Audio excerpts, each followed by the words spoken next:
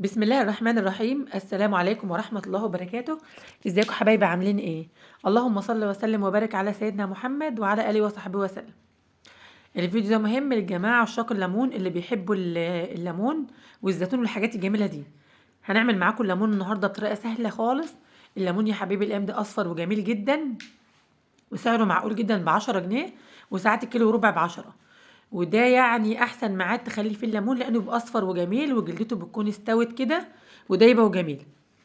فانا عملته كده وقلت اصوره معاكم عشان ان شاء الله رمضان باذن الله يبقى جميل كده لرمضان. الليمون يا جماعه غالي جدا، من ضمن الحاجات اللي غليت، فاحنا اما نجيب ونعمل عندنا احسن بطريقه جميله كده. يلا بينا نبدا مع بعض ونشوف عملناه ازاي. نبدا بالمكونات. عايزين حوالي بشرتين جزرتين مبشورين كده حلوين معانا، ودي هريسه فلفل احمر. بجيب فلفل احمر واغسله وانضفه واضربه في الكبه بمعلقتين 3 ملح كده، وعصفر وحبه البركه. وده يا جماعة محلول التخليل بتاعنا، اللي هو بتفضلي تحطي ملح لحد ما البيضة تعوم معاكي في المحلول ما تبقاش ساقطة في الأرضية. ده محلول الملح المظبوط. بجيب الليمون يا جماعة واغسله، واشق 4 بالمنظر اللي انتوا شايفين ده كده، او اشقها نصين واحطها تغلي على النار غلوتين، يعني بالكتير قوي 3 دقايق كده تغلي. وبعد ما يغلى ويبرد اكب الميه اللي عليه واحط له ميه جديده، واقعد حوالي يومين اغير عليه الميه. بتلاقي الميه بقى تاخد المراره كلها معاه وهي نازله، بحيث ان انا لما اخليه يبقى جميل كده وما يبقاش فيه مراره. هجيب بقى هريسه الفلفل بتاعتي، واحط معلقه كبيره منها او معلقتين في محلول الملح بتاعي، بحيث تديله طعم وتديله لون بالشكل اللي انتوا شايفينه ده. وبعدين اقلب المكونات كلها مع بعض. الليمون يا جماعة بيبقى تقيل شوية، مش بتجر قوي زي الزيتون وزي المخللات التانية، فيستحسن تعمليه عبوات صغيرة، ما فيش داعي تعملي عبوات كبيرة، عشان طبعا المخلل بمجرد ما بنمد ايدنا فيه بنلاقيه يعمل ريم كده عليه ويبدأ يبوظ، ما كناش نعينه في التلاجة. فيا ريت نعمل عبوات صغيرة على قد استخدامنا كده مثلا، لان هو مش بيتجر. الليمون مش بيتجر قوي برغم ان هو جميل وطعم كده، وهتلاقيه زي السكر معاكي لو عملتيه. والله العظيم هتلاقيها طريقه تحفه وممتازه. بقالي كام سنه بعمله بالطريقه دي، واللي الحمد لله اللي داقه عجبه يعني. فتعملي احسن عبوات صغيره. يعني شيء جميل كده ان احنا نعمل حاجات لرمضان كده ونعينها، بتبقى يعني حاجه مبهجه كده، نحس بالسعاده كده ان احنا نخزن حاجه لرمضان.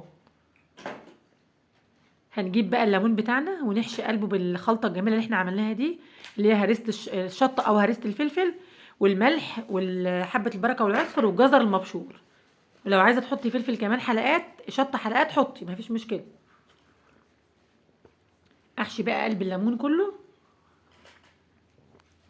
وارصه في العلب بتاعته بالشكل الجميل ده.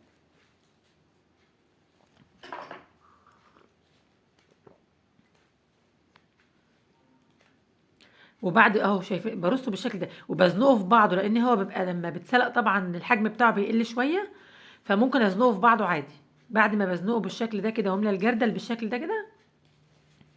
دي جردل صغيره كده كانت عندي، وطبعا غسلاها ومعقماها بشويه خل. هنزل بقى بالمحلول اللي انا عملته الجميل ده، اللي هو محلول ملح لما البيضه تعوم، وطبعا الشطه فيها ملح وهرسه الفلفل ده فيه ملح وكله، والدنيا تمام وزي الفل. املى بقى عليه الكميه بتاعته كده بالشكل ده. لو حبيتي تعملي حبه زيت على الوش مفيش مشكله، ما توفرش ما توفرش، المهم احكم يكون العبوات بتاعتي محكمه الغلق كويس، ومعقمه الغطيان بمعلقتين خل. واجيب كيس، يعني هقول لك على حاجه كمان بتخلي المخلل بتاعك جميل قوي. تجيبي كيس كمان وتربطي الجردل ده في قلب كيس حلو كده او كيسين، بحيث ان انت تضمني عدم دخول الهواء ليه، ان هو يبقى كويس معاكي كده. وافتح بقى كيس بكيس كده وانا بستخدمه ان شاء الله، وانا بفتحه عشان استخدمه. ده ممكن اكل منه بعد شهر وممكن يقعد لرمضان.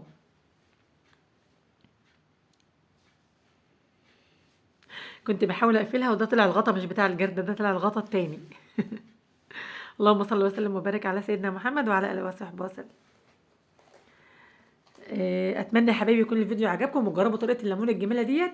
تجيبي 2 3 كيلو كده تعمليهم لرمضان، او تعملي لحبايبك كده لو هتحبي تدي لحد. شايفين شكله وجماله، ومش عايزه اقول لكم على طعمه كمان، وعلى بيبقى زي الزبده كده.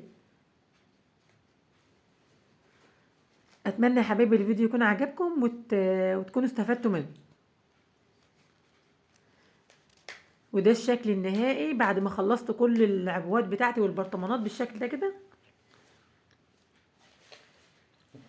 ما شاء الله شكله بيتكلم عن نفسه. اتمنى يا حبايبي الفيديو يكون عجبكم. استودعكم الله الذي لا تضيع ودائعه. السلام عليكم ورحمة الله وبركاته.